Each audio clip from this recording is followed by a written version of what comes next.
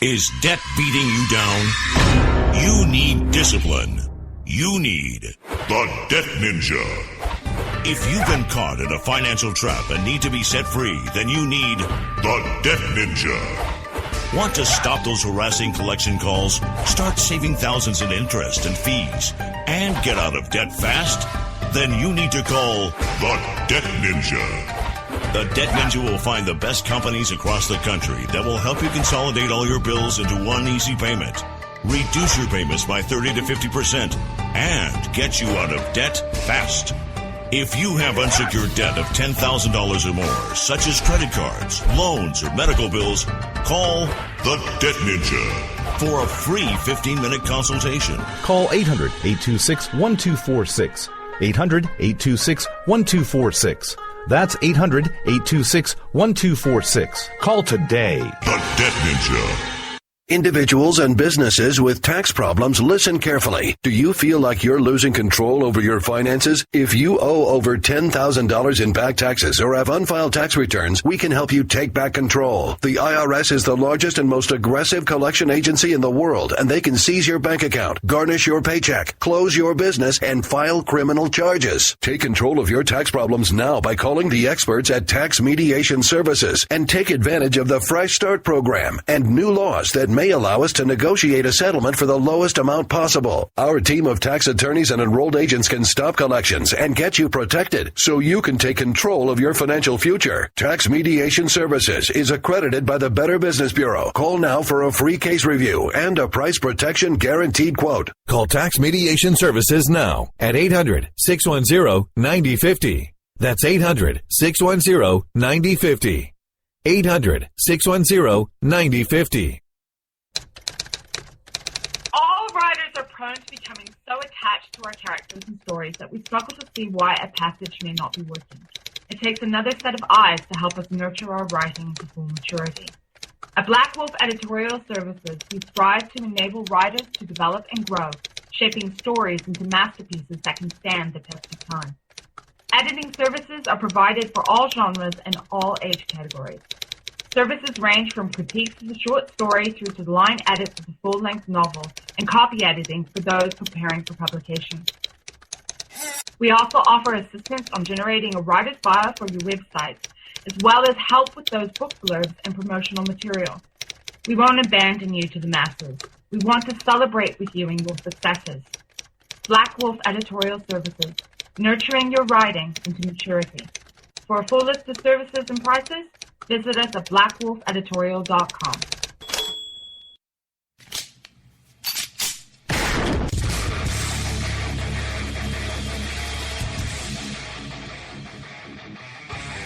This is Slickery Trigger for Rebel Road Tactical. With proper care and feeding, your pistol will be ready when you need it.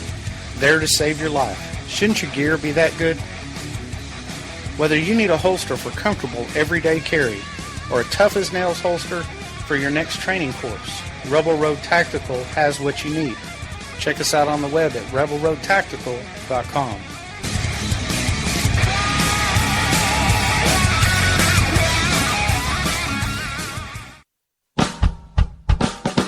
You're listening to the Spark Radio Network, internet radio like you've never heard before. Innovation, creativity, and imagination are all said to begin with a spark. So fasten your seatbelt and take the ride of your life and listen for the spark. You are listening to KLRN Radio, where liberty and reason still reign. My name is Jessie. I'm a United States Special Forces widow. This gives me a unique perspective on the world around us. If you're willing to listen, I'll tell you how I see it, and I won't pull any punches. This is my POV, which stands for Point of View.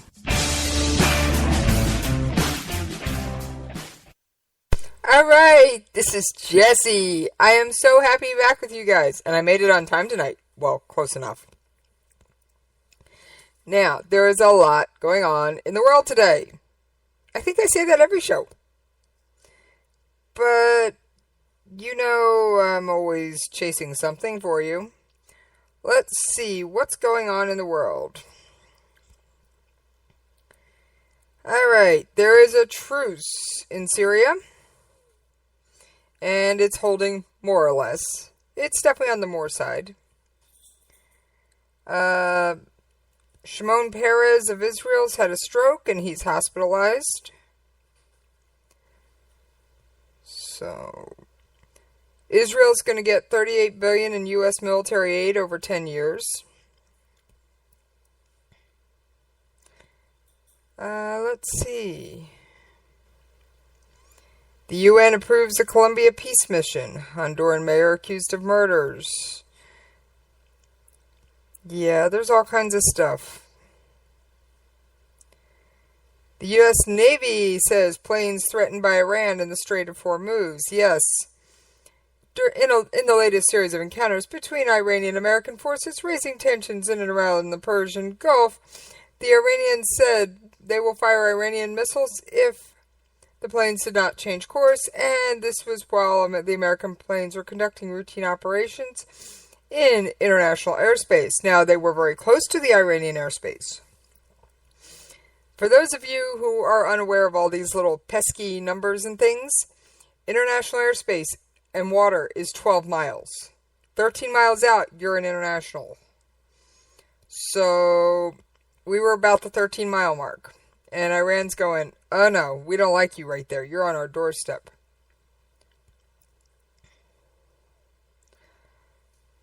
So, Iran's screaming again. Alright. I've got a lot more for you. That was just a quick flip through what showed up on my phone. Now, if you've been living under a rock, North Korea did a nuclear test a few days ago, right before 9/11. And yeah, I know I kind of went dark, but if you read the blog post I threw up, which I'm going to get properly linked in, I was a little overwhelmed, and the whole day kind of caught me off guard. I do have some stuff I put together that I am going to finish up and get aired. It's just going to be a little late, but better late than never. Alright. I've always got news for you guys. First, let's start with station news. We launched another new show over the weekend. Oh, yeah. Oh, yeah, we did. We launched a music show. Wait, we're a talk station. Don't worry, we're still primarily talk. We'll still primarily have your news and politics. But we felt some music on the weekends would be a cool, fun thing.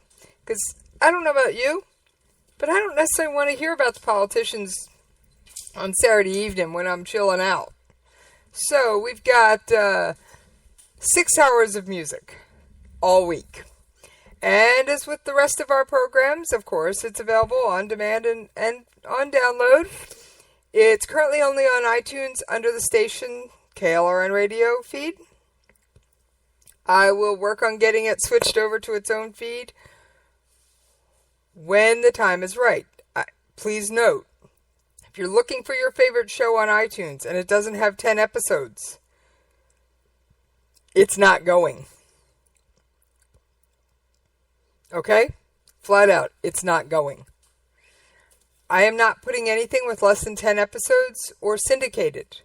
So anything listed under the syndicated shows isn't going on iTunes, at least not by me. And anything with less than 10 episodes, not going either. So, in the past 2 weeks, we have launched 3 new shows. And everybody's favorite, America Off the Rails. Oh yeah, it's changed time slots. It's not on at 11 o'clock at night. It is on at 11 o'clock in the morning. Now, I am hanging out in the KLRNradio.com chat room for anybody who'd like to pop on in and say hi and join me. Oh yeah, I'm there. I'm not always. Believe it or not, I'm not always. I sometimes forget to log in. What can I say? Stuff happens. Sometimes I'm too busy pushing buttons to bring you the best show possible.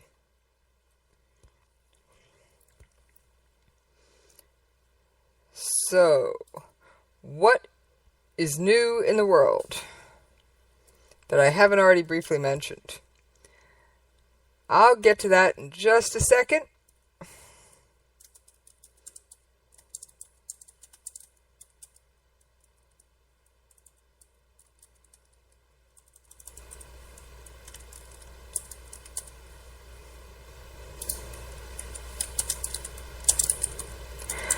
All right.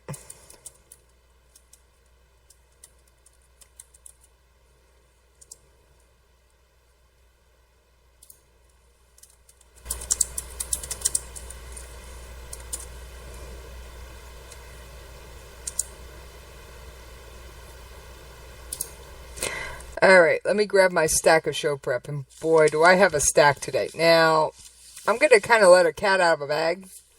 I was doing show prep for more than just my show today. I got a special piece I was working on for another show. So I got to sift through these papers just a little more carefully tonight, or I'll end up completely off topic down the road and around the corner. Alright, let's start with our favorite, to quote the president, colorful leader, Philippine President Duterte. First, he ordered U.S. military advisors out of the southern part of his country. Oh yeah, he did. And I've got two articles here. One says military advisors and one says U.S. Special Forces. President Rodrigo Duterte ratcheted up his feud with the United States on Monday, ordering all American Special Forces out of the southern Philippines, where they have been advising local troops battling Muslim extremists. Duterte's order came a week after he called U.S. President Barack Obama a son of a whore, causing Obama to cancel their scheduled bilateral meetings at a summit in Laos. The Filipino leader, the first to hail from the south, who claims Muslim ancestry, has been stepping up efforts to bring peace to the southern Philippines, where decades-long insurgencies with Muslim and communist rebels have claimed more than 150,000 lives. Last month, he restarted peace talks with the largest separatist group, the 12,000-strong Moro Islamic Liberation Front, which the abbreviation for it is MILF, which, like others, has been fighting since the 1970s for an independent Islamic state or autonomous rule. U.S. advisors in the area helped train Filipino troops but are barred from engaging in combat except in self-defense. Previously, about 500 to 600 U.S. personnel rotated through the Mindanao region, but in 2014, then Defense Secretary Voltaire Guzman said that this would be cut back to 200. Duterte did not specify when or how many Americans would be expelled, but said the Philippine alignment with the West was at the root of the persistent Muslim insurgency. The U.S. Special Forces, they have to go, said in Mindanao, he told a gathering of government employees. The Muslim people will become more agitated if they see an American. They'll really kill him. The Pentagon said it was aware of Duterte's statements, but had not been contacted by authorities on this issue. We will continue to consult closely with our Filipino partners to appropriately tailor our assistance to whatever approach the new administration adopts. This is from Pentagon spokesman Gary Ross. The United States is Manila's main military ally and the Philippines' colonial ruler until 1946. In his speech, Duterte showed photographs and cited accounts of how U.S. troops killed Muslims during America's occupation of the Philippines in the early 1900s.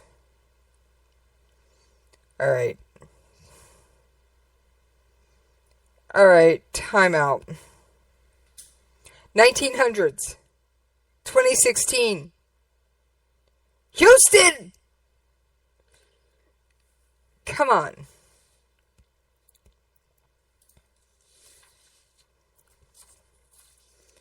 Come on. When does a country get to be forgiven of something that happened? I mean, really.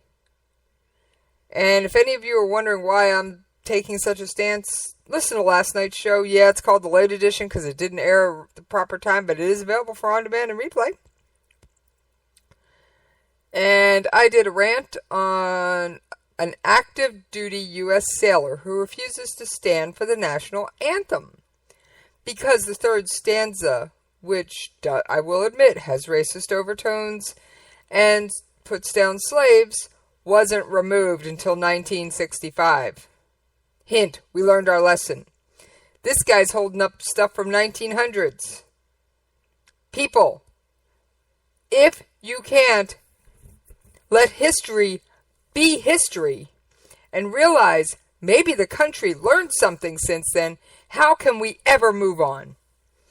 I'm sorry. Yes, I'm going into another rant. This is just getting absolutely out of hand. First, yeah, rant probably forthcoming. President Obama puts Christians down for what they did during the Crusades. This sailor brings up the fact that the third stanza of the Star-Spangled Banner, which I agree, has racial overtones and in some ways direct racism in it, or at least slavery mentioned in it, wasn't removed until 1965. And now this guy's going back to the 1900s. People! Our generation didn't cause this. We're just the ones picking up the pieces. There is a point in time where you have to move on. Otherwise, we are no better than some of the dictatorships that say, if your father committed a crime, you're guilty. And they punish the entire family. North Korea does it. One family member is punished, they all go to the prison camp.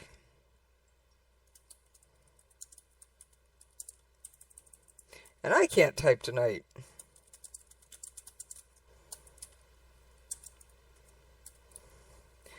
But anyway, people, there comes a time when you have to let it go.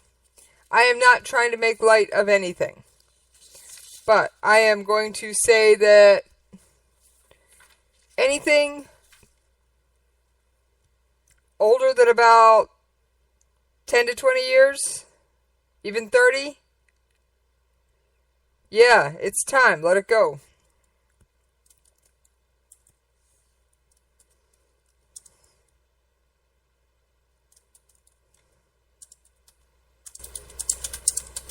So,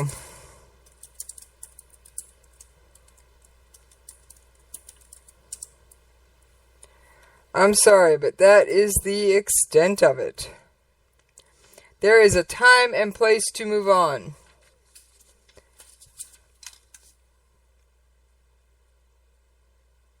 There is a time where you have to let it go. While I agree, our nation has made mistakes. I wholeheartedly agree. One, I wouldn't want to live anywhere else. Two, I don't believe in doing the sins of the father are passed on to the sins of the son. I'm sorry. I believe you have to judge people on an individual basis.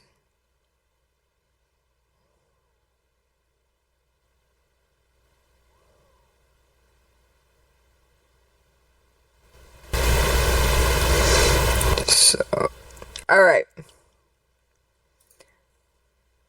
Now, back to the news.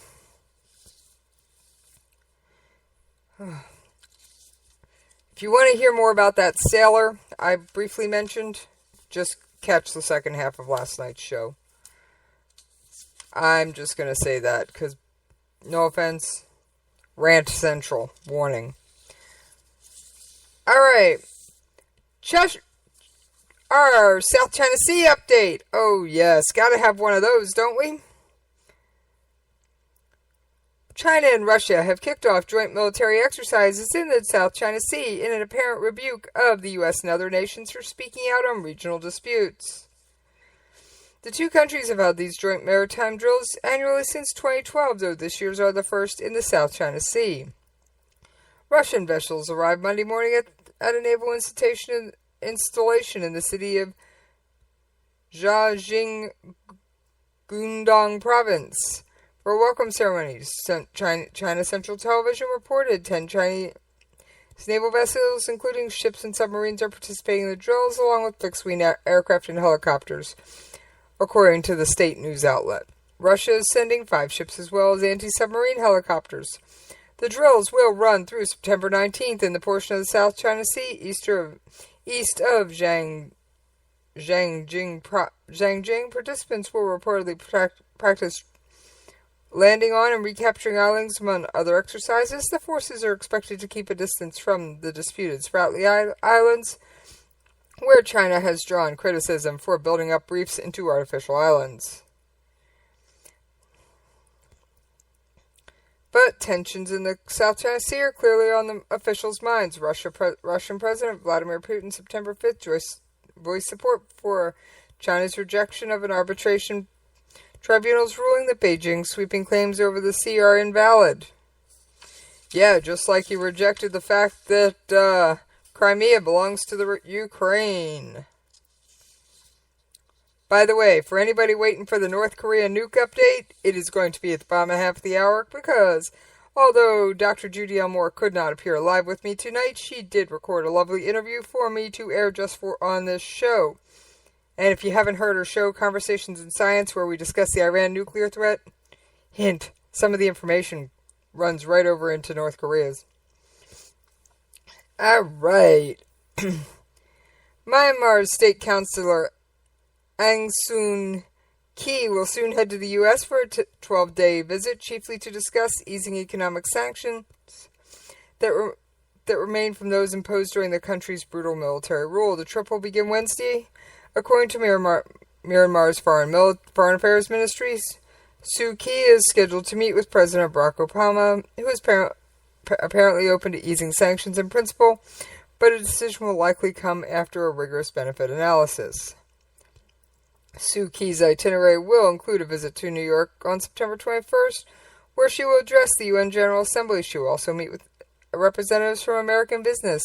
Since assuming power as Myanmar's de facto leader this past March, Suu Kyi has made state visits to Laos, Thailand, China, and Great Britain. This will mark her first visit to the United States since September 2012. Alright, why do we put sanctions on the country? The U.S. stepped up economic sanctions against Myanmar starting in the late 1990s in response to the military government's crackdown on the democratization movement led by Suu Kyi. The measures included an import ban on Myanmar goods. The American corporations were forbidden from making investments in the country. Washington lifted most of the sanctions upon the installation of a civilian government in 2011, but U.S. companies are still forbidden from dealing with higher-ups in the military government or business people with deep ties to the previous regime. Those figures were viewed as potential impediments to the democratization process. Min Sui, a former general now serving as one of Myanmar's vice presidents, is still on the sanction list. He is joined by roughly 100 other individuals and corporations, including Asia World, a leading Myanmar conglomerate. However, many on the list are working to improve relations, even going so far as to provide political contributions to Suu Kyi. She, in turn, will presumably ask Obama to lift sanctions on all but her staunchest opponents. Suu Kyi is expected to call for the restoration of preferential tariffs for Myanmar, which were halted in 1989. Though Coca-Cola and other American multinationals are doing business in Myanmar, their footprints are minuscule. The U.S. does not even make the top 10 list when it comes to direct foreign investment. Alright. One last story before we go to commercial break. Where is it? Alright. I gotta find a better filing system. That's North Korea. I'm looking for an... here we go. ISIS almost got its hands on chemical weapons, if you believe this article. And I do. Last year, as Islamic State fighters battled to expand their stronghold on Libya's coast, militants came within 45 miles of the country's sole remaining chemical weapons site, unnerving Libyan and American officials who feared that potentially deadly chemicals could fall into extremist hands. In May, when the fighters struck a mile from the lightly guarded desert facility, killing 2 security officers at a checkpoint, they decided it was time to act.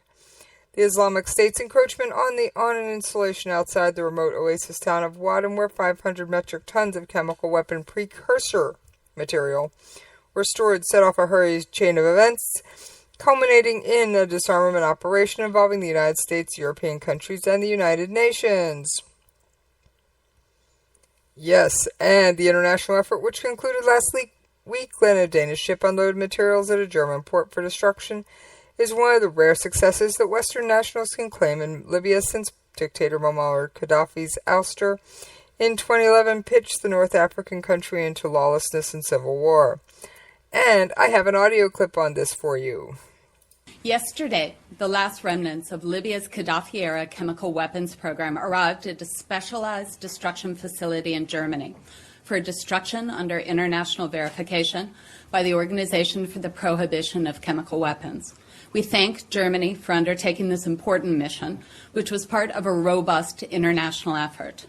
The arrival of the chemicals in Germany also marks the final step towards the complete destruction of Libya's former chemical weapons program and ensures these precursors can never be used as chemical weapons, including by non-state actors.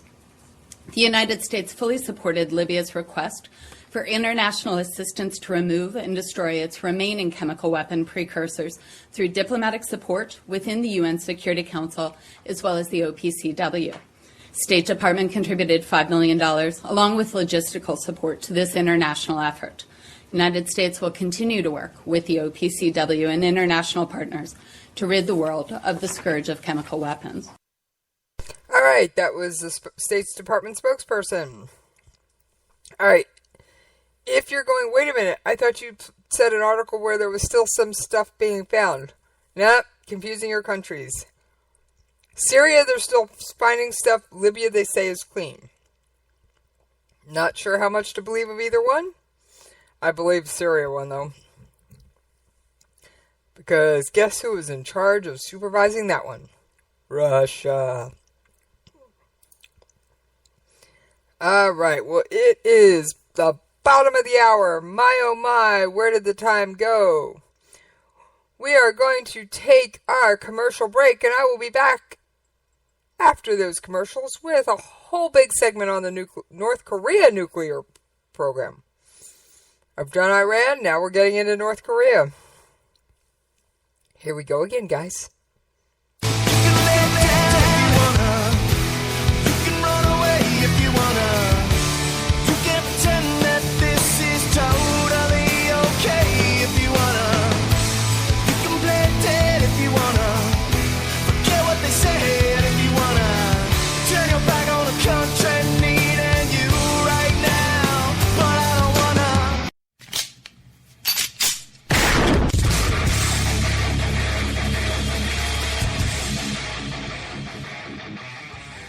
This is Slickery Trigger for Rebel Road Tactical. With proper care and feeding, your pistol will be ready when you need it. There to save your life. Shouldn't your gear be that good? Whether you need a holster for comfortable everyday carry or a tough-as-nails holster for your next training course, Rebel Road Tactical has what you need. Check us out on the web at rebelroadtactical.com.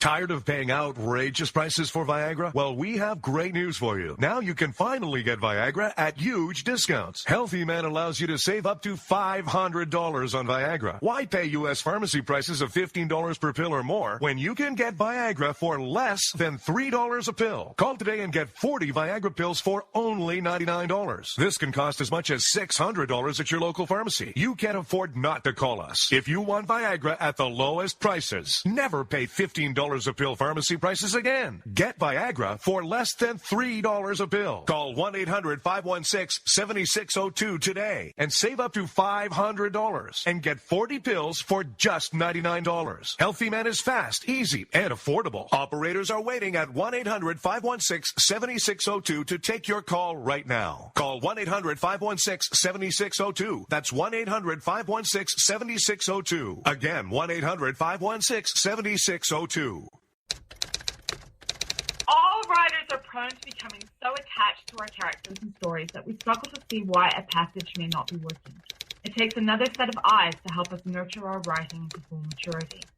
At Black Wolf Editorial Services, we strive to enable writers to develop and grow, shaping stories into masterpieces that can stand the test of time. Editing services are provided for all genres and all age categories. Services range from critiques of the short story through to line edits of the full-length novel and copy editing for those preparing for publication. We also offer assistance on generating a writer's bio for your websites, as well as help with those book blurbs and promotional material. We won't abandon you to the masses. We want to celebrate with you in your successes. Black Wolf Editorial Services, nurturing your writing into maturity. For a full list of services and prices, visit us at blackwolfeditorial.com.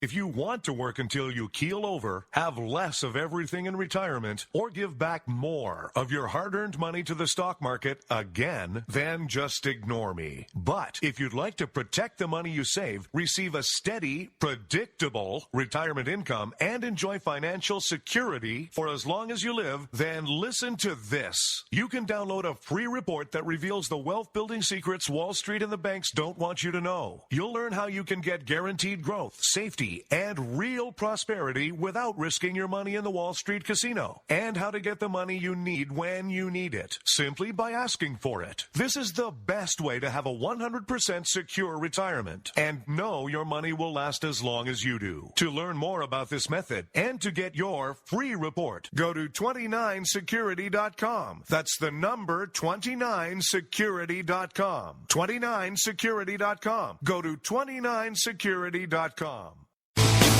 Down if you wanna, you can run away if you wanna, you can pretend that this is totally okay if you wanna, you can play dead if you wanna, forget what they said if you wanna, turn your back on the country needing you right now, but I don't wanna.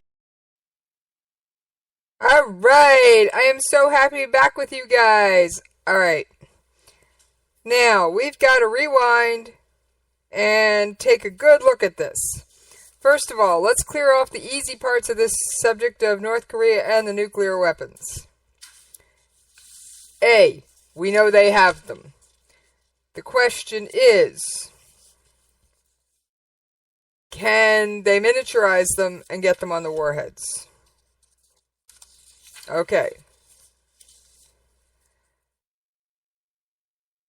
Now, and the other question is what is our response? Well,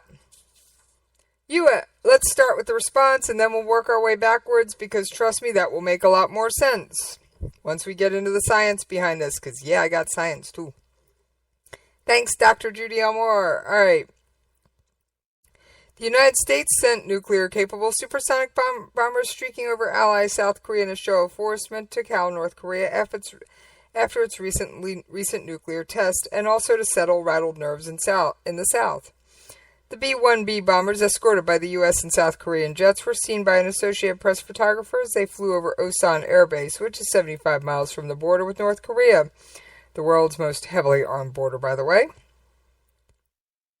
The bombers were likely to return to Andersen Air Force Base in Guam without landing in South Korea. Such flyovers are common during higher than normal animosity on the Korean Peninsula, which is still technically in a state of war, as there has never been a peace treaty to end the 1950-1953 Korean War. South Korea does not have nuclear weapons and relies on the U.S. nuclear umbrella as a deterrent to North Korea. And we also have more than 28,000 troops stationed in South Korea. Alright, let's get on with What happened? There was, if you remember correctly, there was a nuclear test. Well, it came across as an earthquake first. It registered about 5.2 to 5.3 on the Richter scale, which experts at the U.S. Geological Survey Center say that an explosion is a yield of approximately 15 to 20 kiloton range, possibly twice the magnitude of the largest previous test. It appears to have been conducted in the same network of tunnels as the last 3 tests, just buried deeper into the mountains. This was the 5th known North Korean nuclear explosion, the 2nd this year, and the 3rd since Kim Jong-un took over the country's leadership in December of 2011. Unlike previous announcements, such as the claim of having detonated a hydrogen bomb in January 2016, this time North Korea's official news agency reported the standardization of the nuclear warhead will enable the DPRK to produce at will as many as at once a variety smaller, lighter, and diversified nuclear warheads of higher strike power with a firm hold on the technology for producing and using various fissile materials. This has definitely put on a higher level the DPRK's technology of mounting nuclear warheads on ballistic rockets. Alright, fundamental questions. How many can they make? How do they make them? Alright, we don't have time for it all, but I do want to get to this piece of audio from Dr. Moore. So let's start there, and we'll see what else we have time to discuss. But she answers a lot of it.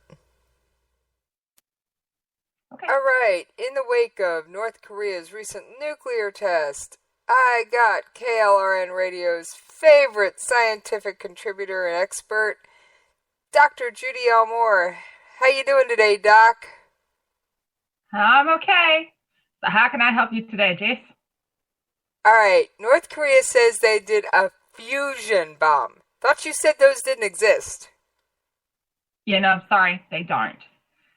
Okay, what the issue is whether this is a pure fusion or whether it is just a fusion fission. I don't think they did a pure fusion bomb. Pure fusion is basically where your reaction is only a deuterium and tritium. For those of you who listen to Conversations in Science, you'll actually know that the hydrogen atom has got multiple different isotopes. 2 of them are deuterium and tritium.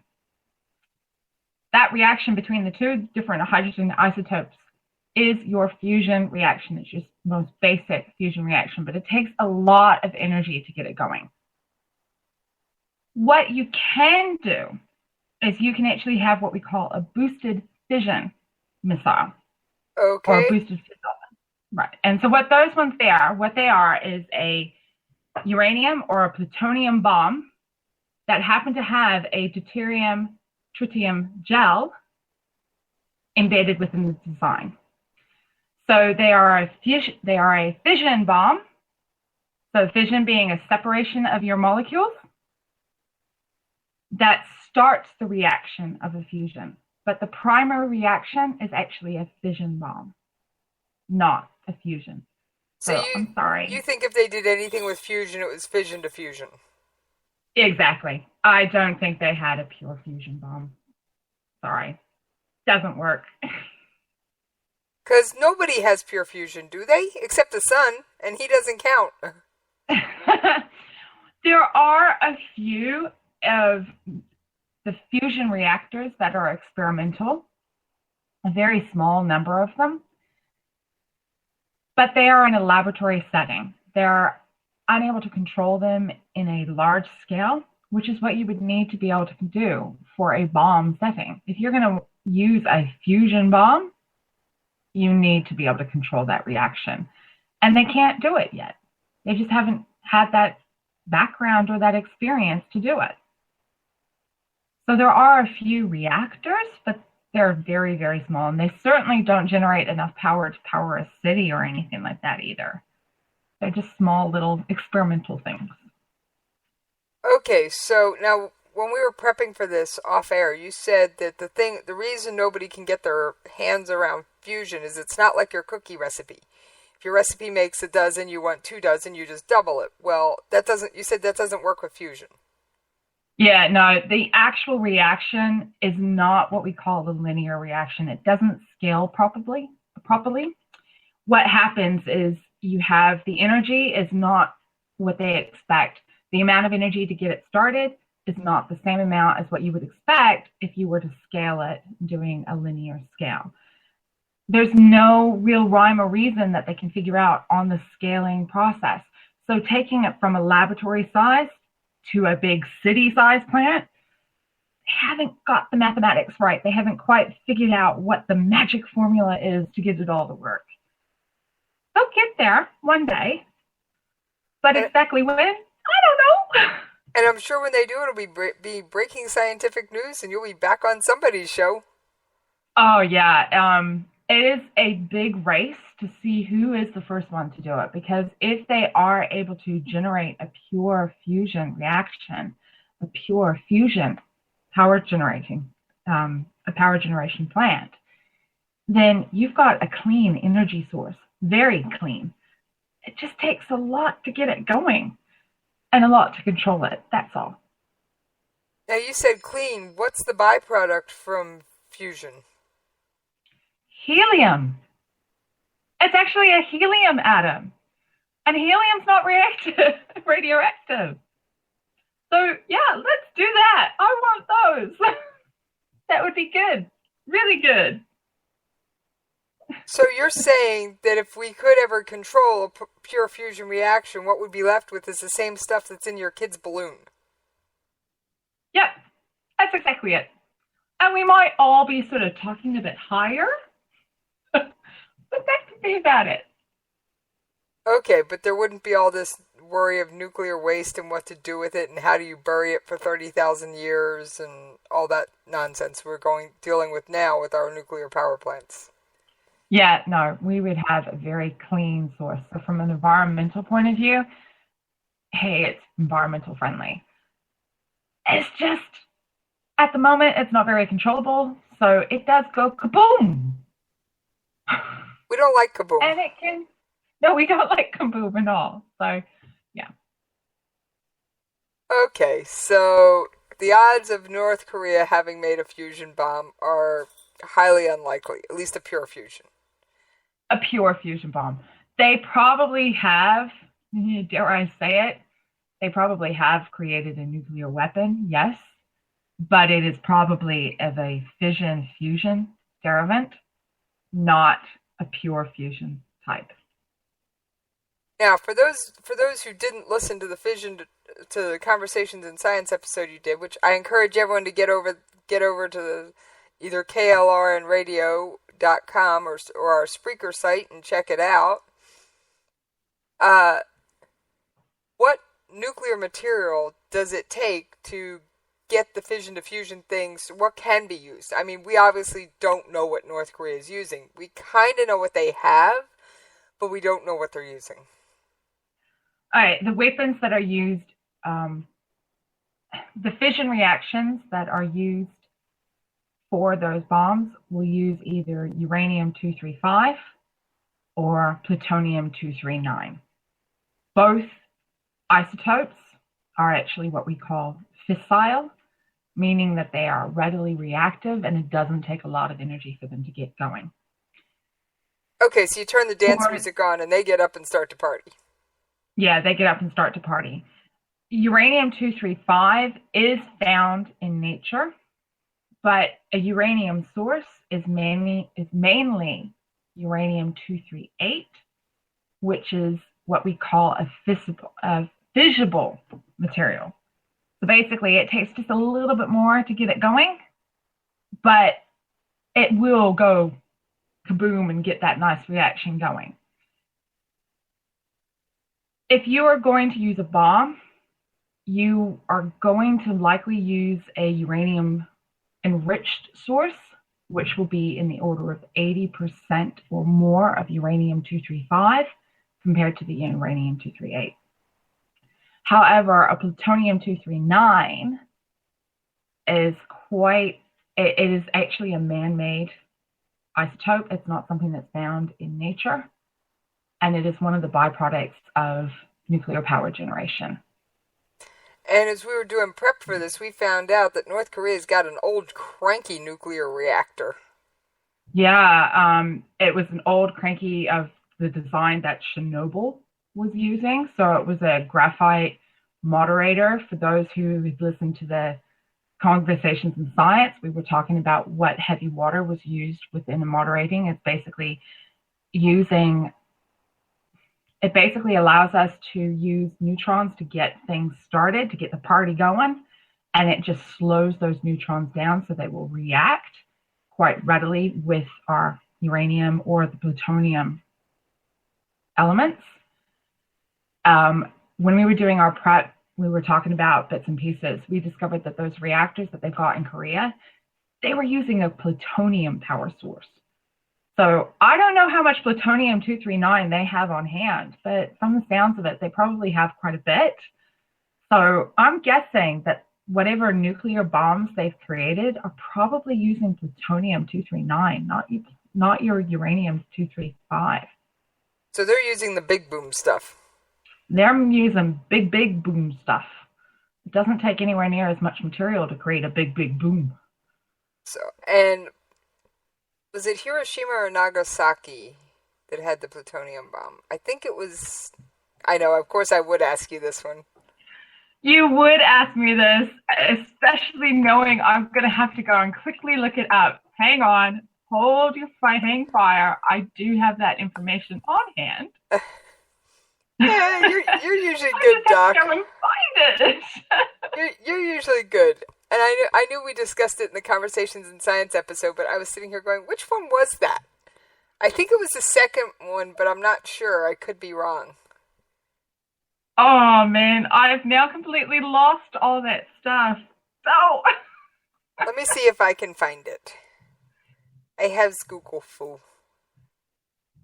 Yes, you do have Google Foo.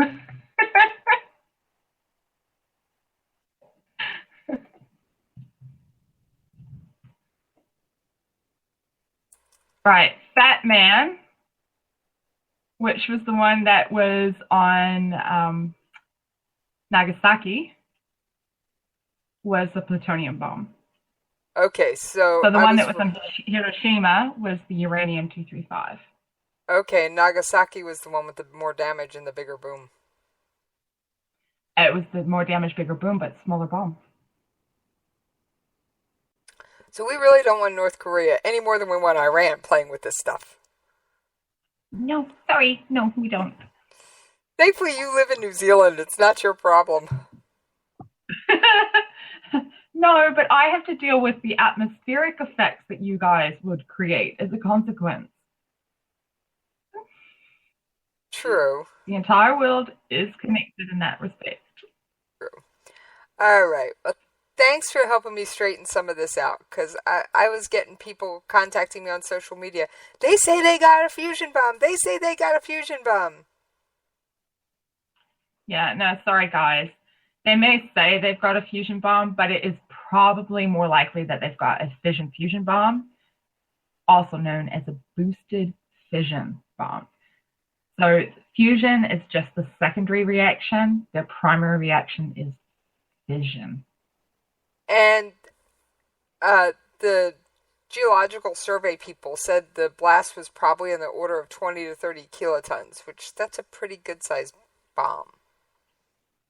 Yeah, that is a good-sized bomb, especially when you consider that I'm just looking at the data here. Fat Man, so that was the one that landed on Nagasaki, was 21 kilotons.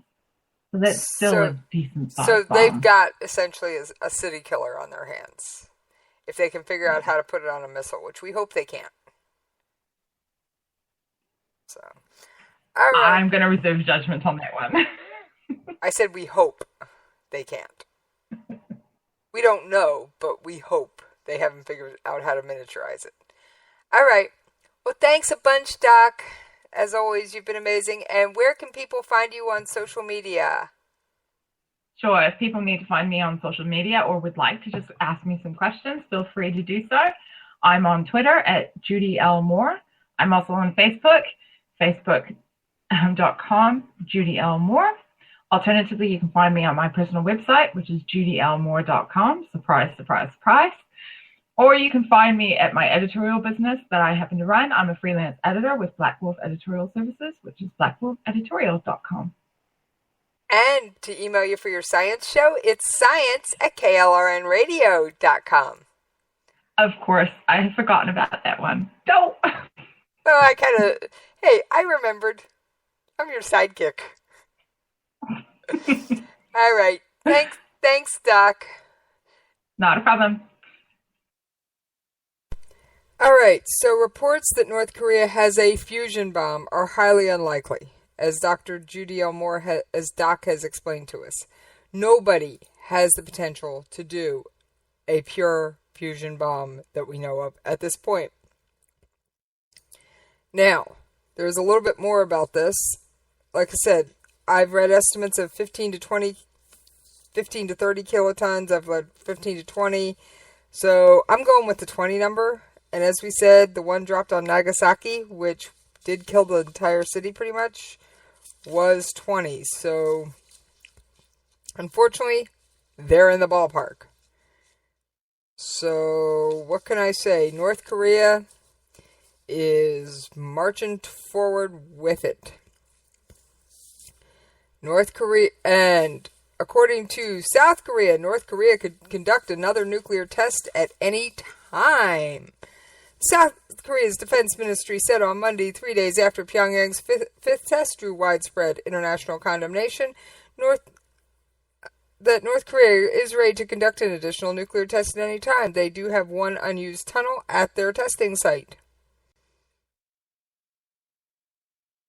Now, we don't know if they've built more tunnels. We don't know. We obviously can't get much intelligence out of North Korea. It is called the Hermit Kingdom for a reason. This UN Security Council has announced the latest test and said it would begin work immediately on a resolution. The United States, Britain, and France, 3 of the 5 veto-wielding permanent members, have pushed for the 15-member body to impose new sanctions. Well, hello, Mr. Frog. However, Chinese Foreign Ministry spokeswoman Hu Chaiyong said sanctions alone could not solve the North Korean nuclear issue. The crux of the issue lay with the United States, not China. She had an apparent reference to Washington's refusal to resume negotiations with North Korea until it commits to denuclearize. On Saturday, Russian Foreign Minister Sergei Lavrov said a creative response was needed. Speaking to Lavrov on Monday, Chinese Foreign Minister Wang Yi said China strongly urged North Korea and other relevant parties to remain calm and exercise restraint and not take any new steps to intensify tensions on the peninsula. As North Korea has publicly said to have warheads have been standardized and customized to mount on ballistic missiles. We should keep that in mind. North Korea's nuclear missiles are a realistic, imminent threat targeting us, not a simple threat for negotiations, Park said in a meeting. Park Geun-hye, North Korea's president, said in a meeting with major political party leaders. Pyongyang's assertions that it is able to miniaturize a nuclear warhead have never been independently verified. So, could North Korea have the bomb? It is entirely possible. Now, I know I am almost out of time. I know, I am coming right up on the end of my time. I am looking for one more story I've got tucked away here. If not, if I can't find it in a couple seconds, we will just flip through to my... that's all work for another project. Sorry, my organization system definitely needs work, folks. It definitely needs work. Alright, we're just going to take a spin through my mailbox. That is going to be the fastest way to end the show. And the most relevant, thank you.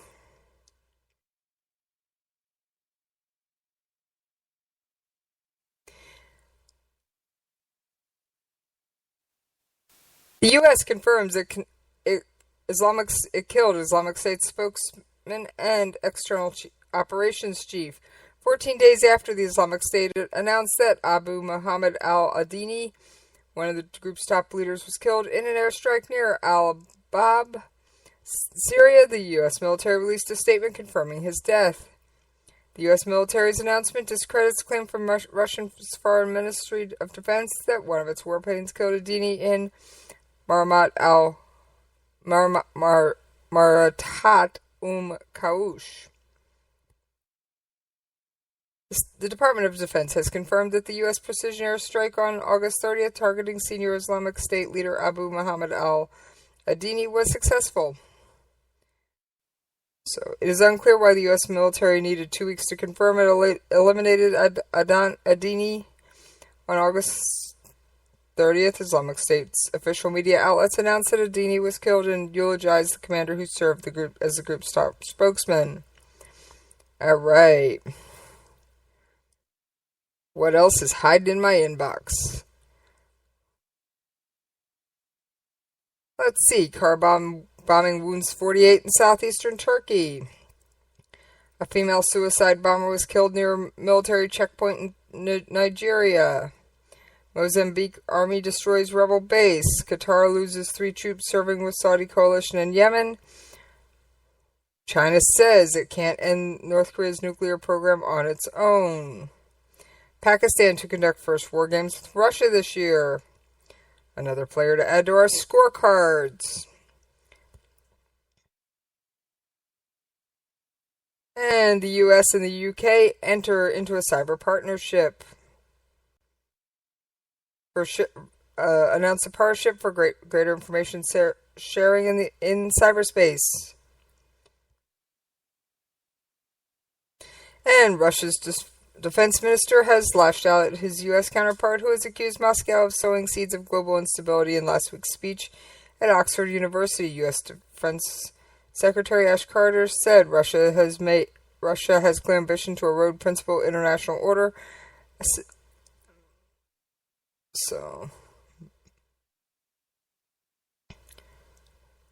International order. A statement came days before top U.S. Russian diplomats struck a new ceasefire deal for Syria.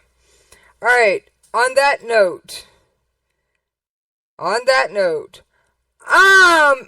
out of here!